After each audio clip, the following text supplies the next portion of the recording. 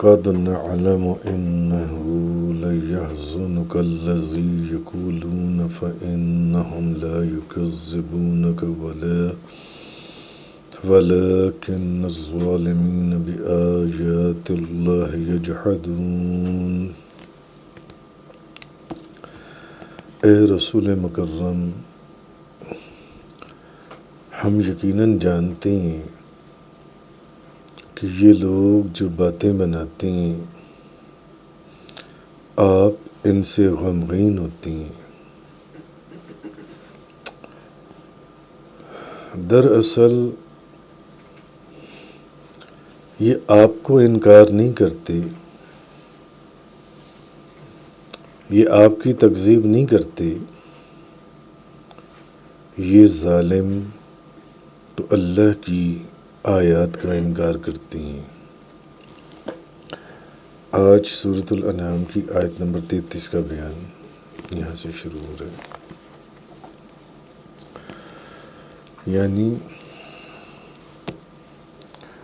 اے رسول مکرم، ہم یقیناً جانتے ہیں کہ یہ لوگ آپ غمگین ہوتے ہیں ان کی باتیں سن کر، جو آپ سرکار کو انکار کرتی ہیں یا آپ کی باتوں کو جھٹلاتی ہیں۔ آپ جو فرماتے ہیں آپ کی بات کو مانتے نہیں۔ اصل میں یہ تو آپ کی تکذیب نہیں کرتے، یہ ظالم تو اللہ کی آیتوں کا انکار کرتے ہیں۔ کیونکہ جو شخص آپ سرکار کی بات کو ماننے سے انکار کرے گا وہ منافق ہے یا کافر ہے، اور کافر نہیں تو منافق ہے۔ اب اس آیت کا جو شان نزول ہے، امام ابن جریر اپنی سند کے ساتھ روایت کرتی ہیں کہ جنگ بدر والے دن اخنس بن شریک اور ابو جہل ان دونوں کی آپس میں ملاقات ہوئی۔ تو اب اخنس ابو جہل کو اس جگہ لے گیا جہاں کوئی نہیں تھا۔ اس نے ابو جہل سے کہا، اے ابو الحکم، اس نے کہا مجھے یہ بتاؤ کہ محمد سچے ہیں یا جھوٹے؟ معاذ اللہ،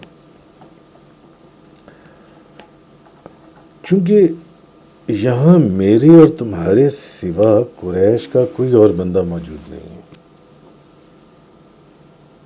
بتاؤ تم نے زندگی یعنی ان کے ساتھ گزاری ہے، ان کے شہر میں ان کے تمام معاملات کو دیکھا ہے تم نے، یہاں تو کوئی بندہ ہے نہیں جو ہماری باتیں سن رہا ہو، بتاؤ سچ بولو۔ ابو جہل کہنے لگا افسوس ہے تم پر، بخدا محمد ضرور صادق ہیں، وہ ہیں ہی سچے، البتہ آپ ضرور صادق ہیں، اور محمد صلی اللہ علیہ وسلم انہوں نے تو کبھی جھوٹ نہیں بولا۔ ابو جہل نے اس کو کہا، جب اس نے کہا نا کہ بتاؤ تو صحیح کہ وہ سچے ہیں یا جھوٹے، معاذ اللہ، لیکن جھنڈا، کعبے کی دربانی، زمزم کی سبیل، یہ پہلے ہی بنو کسا کے پاس ہے، اگر نبوت بھی وہ لے گئے تو قریش کے پاس پیچھے کیا بچے گا؟ تو تب یہ آیت نازل ہوئی کہ محبوب اصل میں یہ آپ کی تکذیب نہیں کرتے، یہ ظالم تو اللہ کی آیتوں کا انکار کرتے ہیں۔ یعنی آپ کی بات کا انکار کرنا بھی یا آپ کے حکم کا انکار کرنا بھی یا آپ کی بات کو نہ ماننا، یہ کافروں اور منافقوں کی نشانی تھی۔ یہ کافر اور منافق کرتے تھے۔ کافر کھلم کھلا کر دیتے تھے میں آپ کی بات نہیں مان رہا، منافق صحابہ کرام کا لباس پہن کر بیٹھتے تھے اور ان کے اندر بیٹھتے تھے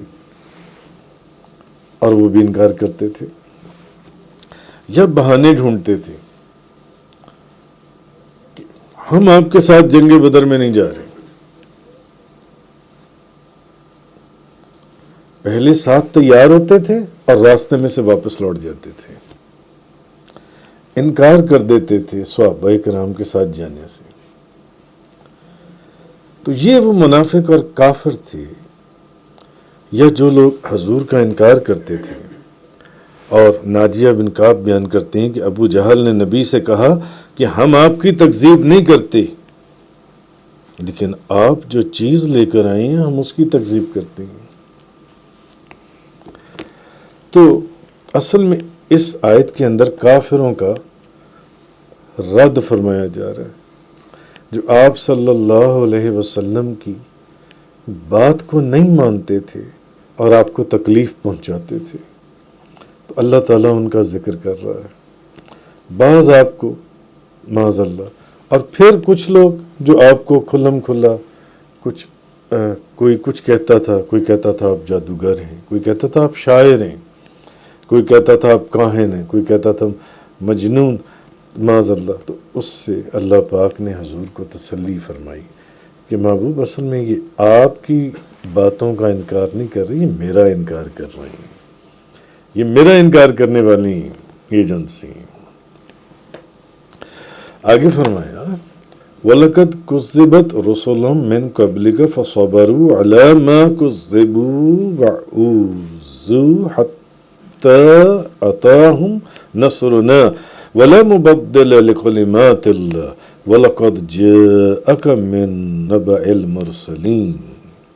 آگے فرمایا کہ آپ سے پہلے بھی محبوب کتنے عظیم رسولوں کی تکذیب کی گئی, سو انہوں نے اس تکذیب اور ایذا رسانی پر صبر کیا. جب ان کو تکلیف دی جاتی تھی, کافر اور منافق رسولوں کو تکلیف دیتے تھے, پریشانی تو وہ صبر کرتے تھے. سو انہوں نے اس تکذیب اور ایذا رسانی پر صبر کیا حتیٰ کہ ان کے پاس ہماری مدد آ پہنچی. اور اللہ کی باتوں کو بدلنے والا کوئی نہیں ہے, اور بے شک آپ کے پاس رسولوں کی خبریں آ چکی ہیں. اب اللہ کی سنت یہ ہے کہ حق اور باطل کی کشمکش جاری رہے. مصیبتوں کے پہاڑ جو حق کا علم اپنے ہاتھ سے نہیں چھوڑتے اور اپنے راستے پر ڈٹے رہتے ہیں, جو ڈیوٹی دی جاتی ہے اس کے اوپر کامل رہتے ہیں اور اس کے اوپر مکمل یقین دلاتے ہیں. مگر اللہ کی ایک سنت ہے کہ حق اور باطل کی کشمکش جاری رہے, مصیبتوں کے پہاڑ حق کے علم برداروں پر ٹوٹتے رہیں اور وہ صبر کے ساتھ ان کو برداشت کرتے رہیں. حادثے اور طوفانوں میں بھی جیسی مرضی تکلیف ہو, کوئی بیماری ہو, کوئی حالات ہوں, وہ ہر قیمت پر وہ حق کی اور توحید کی شمع روشن رکھیں. تو یہ وہ لوگ ہیں جو کامیاب ہوتے ہیں ہر حالت میں, جو ہر تکلیف ہو, پریشانی ہو, بس جو حکم نبی کریم آپ صلی اللہ علیہ وسلم آپ سرکار کی بارگاہ سے جو حکم ہوا سر تسلیم خم کر دیں, اور جو انکار کر دیں وہ کافر ہیں, اور جو بہانے بازی کریں وہ منافق ہیں, جو آپ سرکار کی بات سننے کے باوجود انکار کریں اور بات نہ مانیں. اب نبی پاک صلی اللہ علیہ وسلم کو ان کافروں کے کفر اور ان کی اس کفر کی وجہ سے بڑی تکلیف ہوتی تھی, اور آپ کا دل رحیم اور شفیق, اس کو یہ گوارا نہ تھا کہ کوئی بھی کفر اور گمراہی کے اندھیروں میں بھٹکتا پھرے، تو اللہ تعالیٰ فرماتے ہیں کہ آپ سے پہلے بھی نبی انبیاء بھیجے گئے، کافروں نے انہیں بھی ستایا اور انہوں نے صبر و تحمل سے کام لیا۔ آپ بھی کافروں کی یہ جو وہ آپ کو تکلیف دیتے ہیں اپنی باتوں سے یا جیسے بھی، صبر اور تحمل سے آپ کام لیجیے۔ اچھا، پھر اس میں دو باتوں کا ذکر ہے۔ ایک تو یہ کہ میرا محبوب یہ جو اپنے راستوں سے بھٹک چکی ہیں ان کے ہدایت پانے پر بڑا حریص ہے۔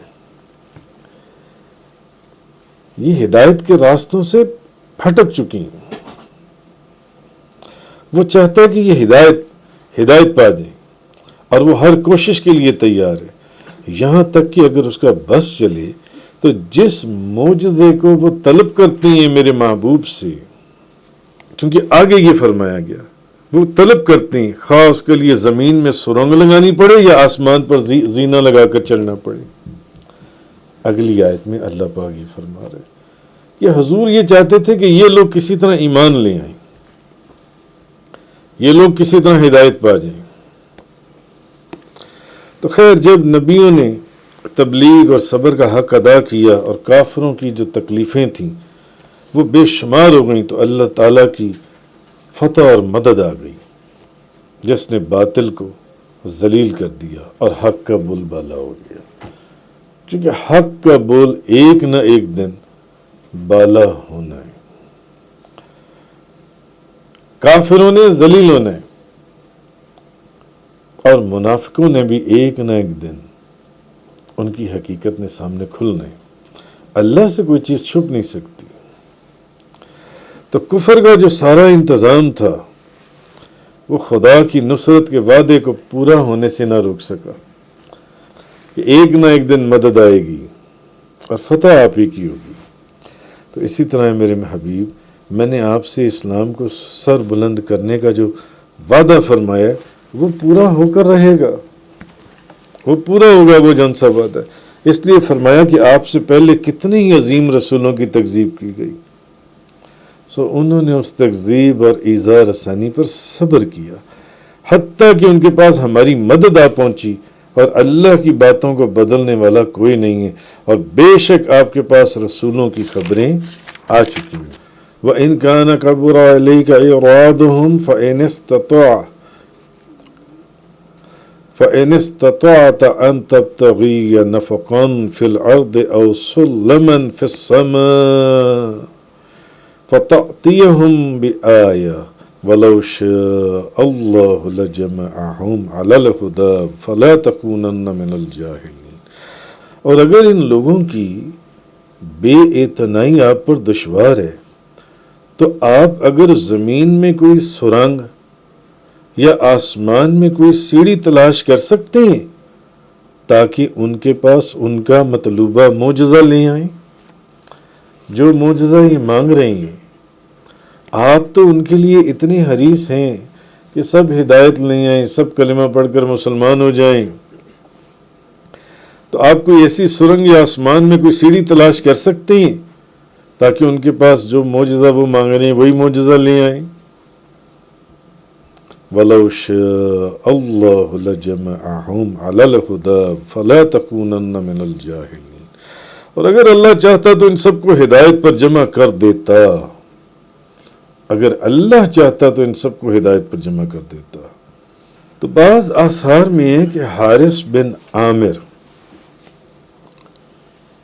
بن نوفل بن عبد مناف قریش کی ایک جماعت کے ساتھ نبی پاک صلی اللہ علیہ وسلم کے پاس گیا اور کہنے لگا، اے محمد، ہمارے پاس اللہ کے پاس سے کوئی نشانی لائیں جیسے کہ پہلے انبیاء کرام نشانیاں لاتے تھے، پھر ہم آپ کی تصدیق کریں گے۔ طرح طرح سے حضور کو تکلیف دیتے تھے۔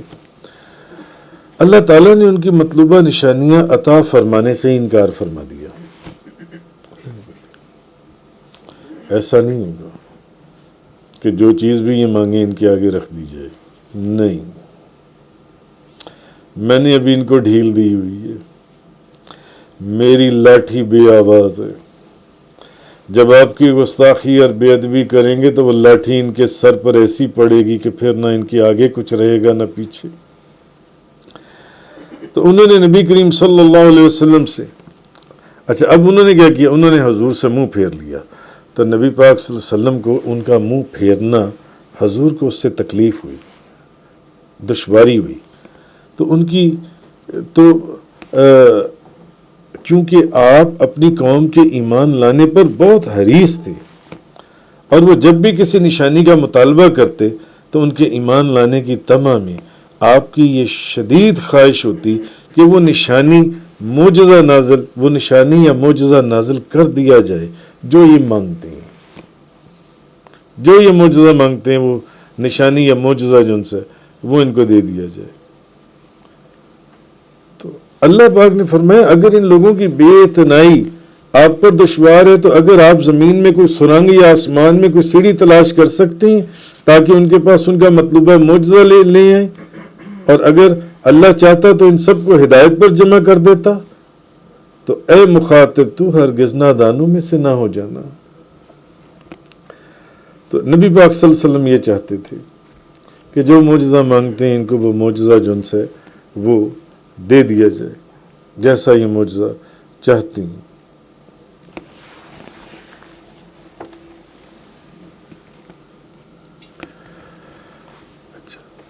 اب حضور تو چاہتے تھے کہ یہ کسی طرح ہدایت کے اوپر آ جائیں، اور حضور ان کے ہدایت پانے پر اتنے حریص تھے کہ حضور ہر کوشش کے لیے تیار رہتے تھے کہ یہ ایمان لے آئیں، یہاں تک کہ اگر آپ کا بس چلے تو جس معجزے کا وہ مطالبہ کریں، جیسے میں نے پہلے عرض کیا، وہ پیش کر دیں، خواہ اس کے لیے زمین میں سرنگ لگانی پڑے یا آسمان کے اوپر کوئی سیڑھی اور زینہ لگا کر چڑھنا پڑے۔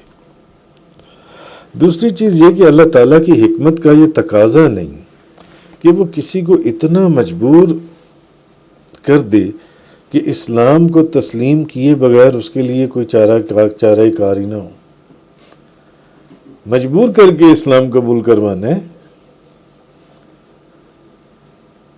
کیونکہ دین صرف مفسرین فرماتے ہیں کہ چند رسوم کی ادائیگی اور چند کلمات کا نام نہیں ہے دین جو ان سے، بلکہ دین جو ہے یہ وہ ہماگیر انقلاب ہے جو روح کے اندر،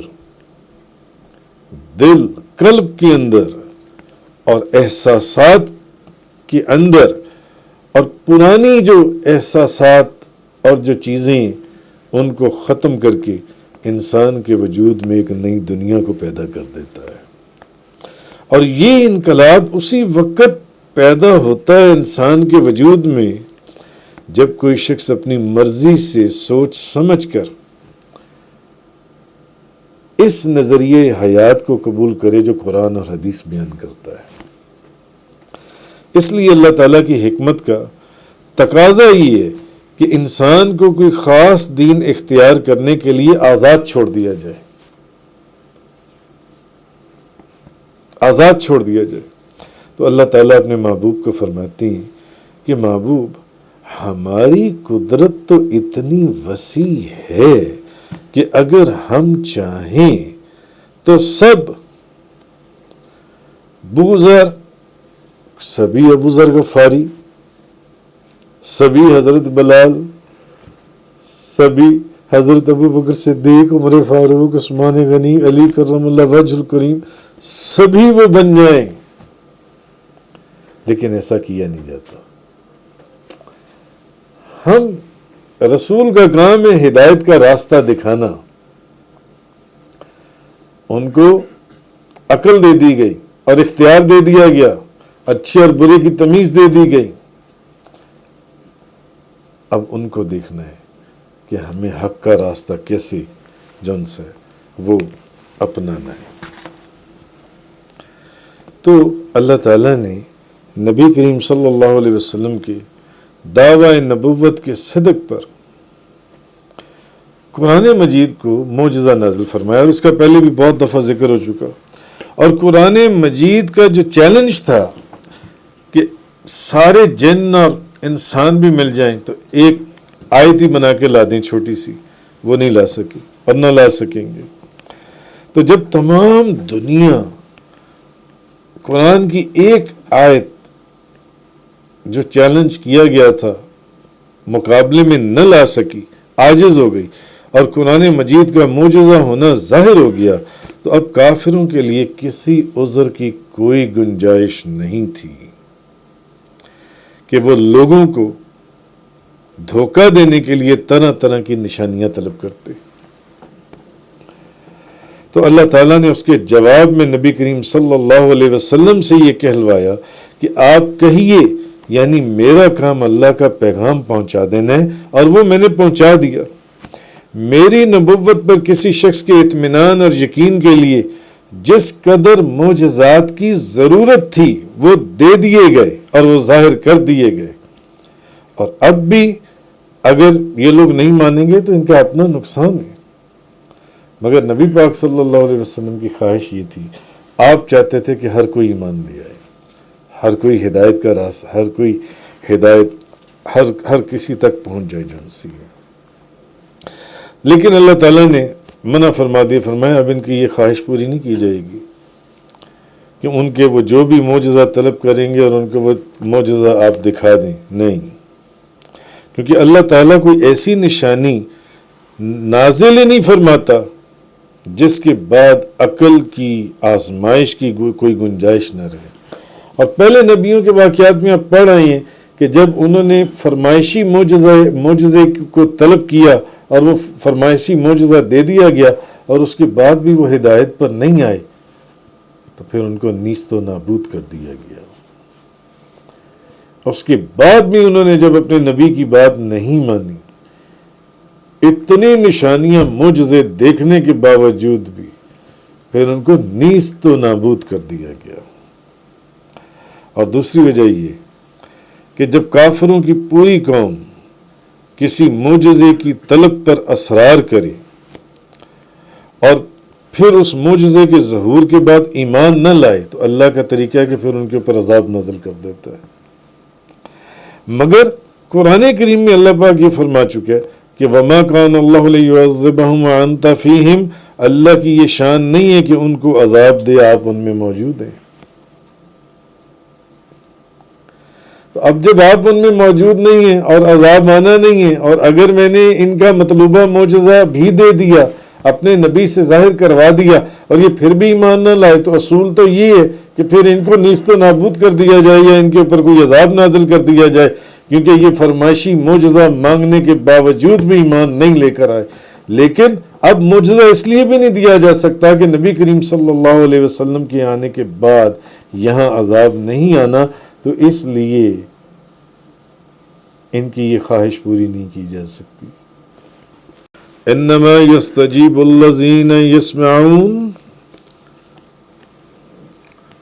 صرف وہی لوگ قبول کرتے ہیں جو توجہ سے سنتے ہیں اسلام کی دعوت کو۔ وَالْمَوْتَى يَبْعَثُهُمُ اللَّهُ ثُمَّ إِلَيْهِ يُرْجَعُونَ، اور مردہ دلوں کو اللہ اٹھائے گا، پھر وہ اسی کی طرف لوٹائے جائیں گے، کیونکہ آپ کے پیغام کو وہی لوگ توجہ سے سنیں گے جن کے کانوں کو اللہ نے غور سے سننے کے لیے کھول دیا ہے، وہ آپ کے کلام کو سنیں گے، اور ان کے لیے آپ کی اتباع کو بھی آسان کر دیا گیا ہے کہ آپ جو فرمائیں گے وہ آپ کی بات مانیں گے۔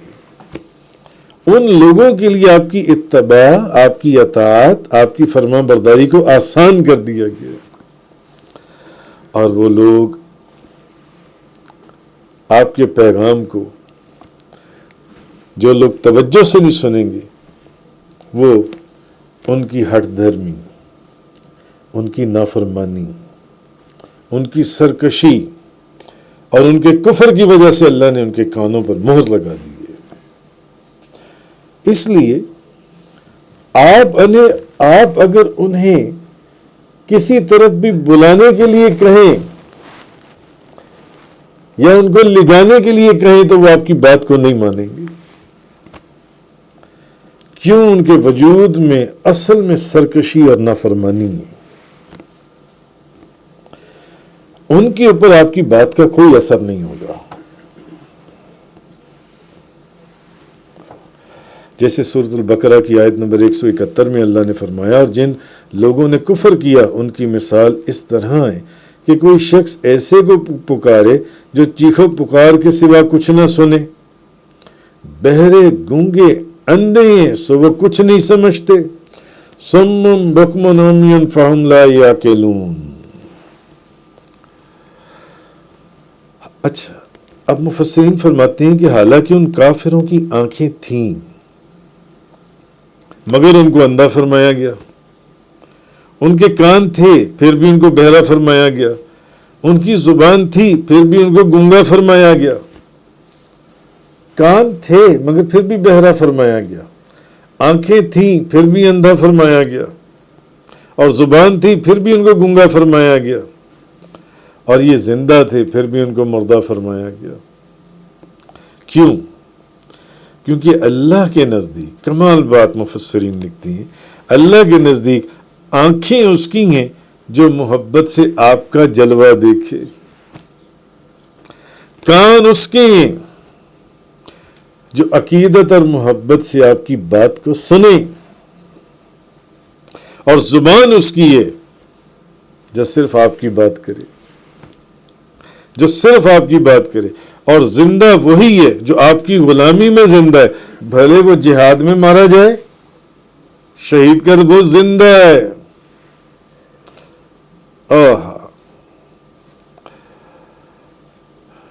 تو اللہ کے نزدیک وہ مردہ نہیں ہے. وہ زمین کے اوپر ہے، وہ تب بھی زندہ ہے. وہ زمین کے نیچے ہے، وہ تب بھی زندہ ہے. کیوں؟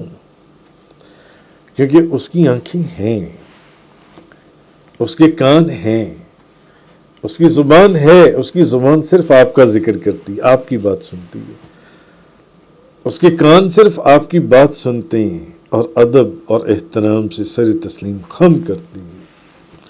اس کی آنکھیں صرف آپ کے چہرے کو دیکھتی ہیں، اس لیے ان کی آنکھیں ہیں. مگر جن کی آنکھیں تھیں، جن کے کان تھے، جن کی زبان تھی، اللہ نے کیا فرمایا؟ یہ گونگے ہیں، یہ اندھے ہیں، یہ بہرے ہیں، یہ مردہ ہیں. یہ مردہ ہیں. اللہ تعالیٰ نے آگے فرمایا، وَقَالُوا لَوْلَا نُزِّلَ عَلَيْهِ آیَةٌ مِّن رَّبِّهِ. اور انہوں نے کہا اس رسول پر اس کے رب کی طرف سے کوئی مطلوبہ معجزہ کیوں نہیں نازل کیا گیا؟ انہوں نے کہا کہ اس رسول پر اس کے رب کی طرف سے کیوں نہیں کوئی جو معجزہ مانگتے تھے وہ کیوں نہیں پیش کیا گیا، کیوں نہیں وہ نازل کیا گیا؟ قُلْ إِنَّ اللَّهَ قَادِرٌ عَلَىٰ أَن يُنَزِّلَ آیَةً وَلَٰكِنَّ أَكْثَرَهُمْ لَا يَعْلَمُونَ. آپ کہیے کہ اللہ اس پر قادر ہے کہ ان کا مطلوبہ معجزہ نازل کر دے، لیکن ان کے اکثر لوگ نہیں جانتے. لیکن ان کے اکثر لوگ نہیں جانتے. یعنی کافر جو ہیں یہ طرح طرح کی فرمائشیں کرتے تھے. مثلا روایات کے اندر آتا ہے کہ ریگستان کے اندر اچانک، اگر آپ نبی ہیں، ریگستان میں دریا بہا دیں، دریا شروع ہو جائے. چشم زدن میں، even before the blink of an eye, آنکھ جھپکنے سے پہلے یہاں سرسبز و شاداب باغات لہلہانے لگیں، ریگستان میں دریا بہنے لگیں، باغات لہلہانے لگیں، ان میں ندیاں جو سی ہیں، ٹھنڈے پانی کی ندیاں شور مچانے لگیں. اگر آپ سچے نبی ہیں تو جیسے پہلوں پر عذاب آتا تھا، ہمارے اوپر بھی آسمان سے کوئی ٹکڑا گرا دیں، آسمان کا کوئی ٹکڑا ہمارے اوپر بھی گر جائے. اصل میں یہ ان کے سارے مطالبے جو ہیں یہ قبول حق کے لیے نہیں تھے. اس لیے اللہ تعالیٰ نے فرمایا کہ اللہ کی قدرت سے کوئی چیز دور نہیں ہے کہ تم جو مطالبہ کرو وہ پورا کر دیا جائے. ان اللہ علی کل شیء قدیر، اللہ تو ہر چیز پر قادر ہے. تم میرے محبوب سے کیا چیزیں مانگ رہے ہو؟ وہ تو ہر چیز، تم تو یہ مانگ رہے ہو نا، ریگستان میں دریا بہنے لگے، آنکھ جھپکنے سے پہلے باغات ہی باغات ہو جائیں، ٹھنڈے پانی کی ندیاں رواں دواں ہو جائیں، اور تم وہ تو ہر چیز پر قادر ہے، ہر چیز پر قادر ہے وہ، کہ وہ تمہارا ہر مطالبہ پورا کر دے، مگر یہ اس کے قانون حکمت کے خلاف ہے. ایسا نہیں ہے. کل آپ کہیے ان اللہ قادر، اللہ اس پر قادر ہے، علی ان ینزل آیۃ ولکن اکثرہم لا یعلمون، کہ وہ جو معجزہ مانگتے ہیں نازل کر دیا جائے، لیکن ان کے اکثر لوگ نہیں جانتے کہ یہ اس کی حکمت، قانون حکمت کے خلاف ہے. اس کے لیے کیا مشکل ہے ریگستان میں دریاؤں کا. تفسیر قرآن کا یہ لیکچر انگلش میں سننے کے لیے براہ کرم ڈسکرپشن میں موجود لنک پر کلک کریں.